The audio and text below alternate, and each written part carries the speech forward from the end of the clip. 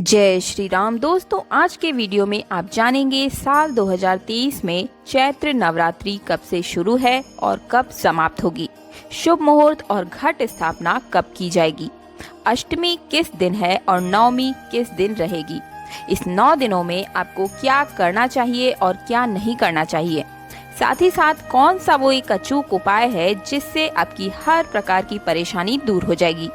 उपाय सिर्फ एक होगा और सैकड़ों कष्ट आपके माँ दुर्गा दूर कर देंगी। तो आज के वीडियो को आप सभी बहुत ही ध्यान से देखिएगा। हर एक पार्ट बहुत ही ज्यादा महत्वपूर्ण होने वाला है, कोई भी चीज आप मिस मत कीजिएगा। नवरात्रि के दिनों में माँ दुर्गा के भक्त पूरे विधि विधान से माँ दुर्गा की पूजा अर्चना करते हैं, 9 दिन के उपवास भी रखते हैं और अंतिम दिन कलश विसर्जन कर कन्या पूजन करते हैं और नवरात्रि व्रत का पारण करते हैं। इन 9 दिनों में हर कोई अपनी पूरी कोशिश करता है कि तन और मन से माँ दुर्गा को प्रसन्न कर सके। तो यदि आपका भी सामर्थ्य हो तो आप भी पूरे 9 दिन उपवास अवश्य करें, लेकिन अगर सामर्थ्य न हो तो केवल एक यानी कि पहले और आखिरी दिन उपवास करके भी आप नवरात्रि का पूर्ण फल प्राप्त कर सकते हैं। इस बार नवरात्रि की पूजा के लिए माँ की सवारी नौका पर आएगी, यानी कि माँ दुर्गा नाव पर सवार होकर आएंगी, क्योंकि इस बार बुधवार से चैत्र नवरात्रि की शुरुआत हो रही है। 22 अप्रैल बुधवार से शुरू होने वाली नवरात्रि में पूरे 9 दिन शुद्ध सात्विक भोजन का आपको सेवन करना चाहिए, फलाहार करना चाहिए। किसी भी प्रकार का गलत काम, चोरी, झूठ, धोखा, किसी भी प्रकार के शराब का सेवन आप सभी को नहीं करना चाहिए। किसी आगंतुक का अपमान आप कभी ना करें। लहसुन प्याज का सेवन ना करें। महिलाओं या फिर कन्याओं का अपमान ना करें, क्योंकि जिस घर में कन्याओं का मान नहीं होता उस घर में माँ भगवती सदा के लिए रुष्ट रहती हैं। तो इस साल 2023 में 22 मार्च बुधवार से चैत्र नवरात्रि प्रारंभ होगी, जो कि 31 मार्च शुक्रवार को समाप्त होगी। कलश स्थापना का शुभ मुहूर्त 22 मार्च बुधवार सुबह 5:51 से 7:04 तक रहेगा। ध्यान से सुनिएगा, सुबह के समय में 5:51 से 7:04 तक शुभ मुहूर्त रहेगा। वैसे तो आप किसी भी समय आप कर सकते हैं घट स्थापना, लेकिन शुभ मुहूर्त में किया गया हर काम शुभ फल ही हमें देता है। तो आप भी इसी समय घट स्थापना करेंगे तो आपके लिए अच्छा रहेगा, तो उस पूजा का पूर्ण फल भी आपको प्राप्त होगा।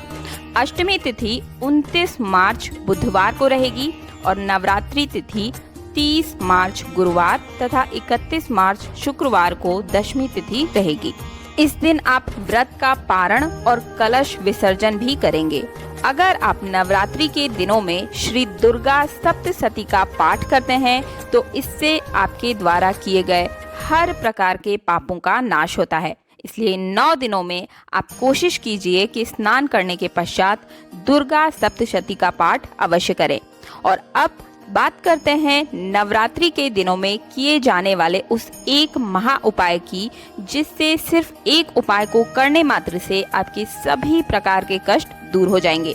चाहे वो धन संबंधी समस्या हो, सेहत संबंधी हो, परिवार संबंधी, संतान संबंधी, नौकरी, व्यापार, किसी भी प्रकार की अगर आपको कोई भी समस्या है तो उससे अगर आपको छुटकारा पाना है तो मैं जो आपको सिर्फ और सिर्फ एक उपाय बताऊंगी उसे आप इस नवरात्रि में अवश्य कीजिए और आपको नवरात्रि के अंतिम दिन तक उसका परिणाम प्राप्त हो जाएगा।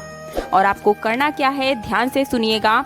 आपको पान के पत्तों से जुड़ा हुआ यह महा उपाय बताने जा रही हूँ, जिसे आपको सप्तमी, अष्टमी और नवमी को करना होगा। ध्यान से सुनिएगा, आप सप्तमी, अष्टमी और नवमी के दिन इस उपाय को करेंगे।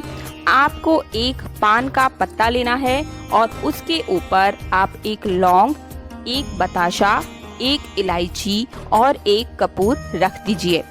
इसके बाद आपको इस पान के पत्ते को माँ दुर्गा को समर्पित करना है। ध्यान रहे कि आप इसे हवन से पहले ही माँ दुर्गा को समर्पित करें।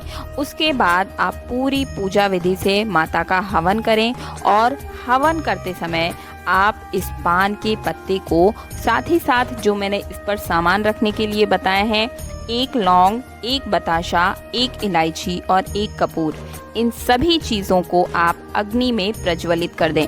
तब यह पान का पत्ता आप सीधे हवन कुंड में रख दें। माँ दुर्गा को यह भोग अति प्रिय है दोस्तों, तो ये उपाय आप अवश्य करें। अग्नि में पान का पत्ता समर्पित कर दें, ये सीधा माता रानी को पहुंच जाता है। पान का पत्ता बहुत ही शुभ होता है और हमारे सभी तीज त्योहारों में इसका प्रयोग किया गया है। मैंने आप सभी को पान के पत्ते के और भी कई ज़्यादा उपाय मेरे चैनल में बताए हुए हैं। आप चाहें तो मेरे चैनल में जाकर भी इन सभी उपायों को देख सकते हैं। इस नवरात्रि में चाहे तो आप यह उपाय 9 के 9 दिन कर सकते हैं, पान के पत्ते को अर्पित कर सकते हैं। और अगर नहीं तो सिर्फ और सिर्फ आप सप्तमी, अष्टमी और नवमी के दिन तो इस उपाय को अवश्य रूप से कीजिए। आपकी पूजा जरूर ही संपन्न होगी। और ये उपाय करने के पश्चात जब आप हवन कर दें, उसके पश्चात आप किसी भी माँ दुर्गा के मंदिर में जाकर के 9 रंग की चूड़ियाँ और 9 रंग की बिंदियाँ जरूर ही समर्पित करिएगा। इस उपाय से आपके जन्म जन्मांतर की सभी समस्याओं का हल आपको मिल जाएगा। 9 अलग अलग रंगों की आपको चूड़ियाँ लेनी है और साथ ही साथ 9 अलग अलग रंगों की बिंदियाँ भी आप माँ दुर्गा को जरूर समर्पित कीजिएगा। इससे आपके नवग्रह की भी जो भी समस्या है वो पूर्ण रूप से दूर हो जाएगी। साथ ही साथ आप कन्या पूजन और कन्याओं को भोग के रूप में हलवा और पूरी का भोग अवश्य ही लगाएं। 9 कन्याओं को आप अपने घर में कन्या पूजन करें और इन 9 कन्याओं को भोग अर्पित करने के पश्चात लाल रंग के कपड़े में आप उन्हें भी अवश्य ही चूड़ी जरूर ही समर्पित करें। ये बहुत ही ज़्यादा शुभ माना गया है दोस्तों। आप चाहें तो 2-2 चूड़ियाँ ही अवश्य दें, लेकिन हर एक कन्या को 2 चूड़ी लाल रंग के कपड़े में करके आप अवश्य दें। इससे भी आपके सभी ग्रह टलते हैं। जो भी ग्रह दोष हैं वो चल रहे हैं तो वो टल जाते हैं। परिवार में कलेश है तो वो दूर हो जाएगा। नौकरी, व्यापार, हर चीज़ में आपको तरक्की मिलने लगेगी और धन प्राप्ति के आपकी सभी प्रकार के मार्ग खुल जाएंगे, क्योंकि माँ दुर्गा आपसे पूर्ण रूप से प्रसन्न हो चुकी होंगी। तो आप इन उपायों को अवश्य कीजिएगा दोस्तों। बहुत ही महत्वपूर्ण है, क्योंकि इस बार माँ दुर्गा नौका पर सवार होकर आ रही है, जिससे आपके सभी कष्टों को पूरी तरह से दूर कर सकती हैं। तो इस उपायों को आप बिल्कुल भी मिस मत कीजिएगा। एक एक उपाय आप ध्यान से सुनकर ध्यान से कीजिएगा। इनमें कोई भी गलती नहीं होनी चाहिए। अगर आप पूर्ण विश्वास के साथ एक एक उपाय करते हैं तो पूर्ण रूप से आपको उसकी फल की प्राप्ति भी अवश्य रूप से होती है। तो मुझे उम्मीद है आप सभी को आज का मेरा ये वीडियो पसंद आया होगा।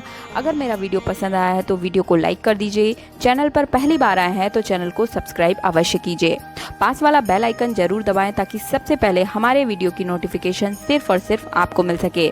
मिलते हैं अगले वीडियो में। जय श्री राम, जय हनुमान, जय माँ दुर्गा, ओम नमः शिवाय, जय।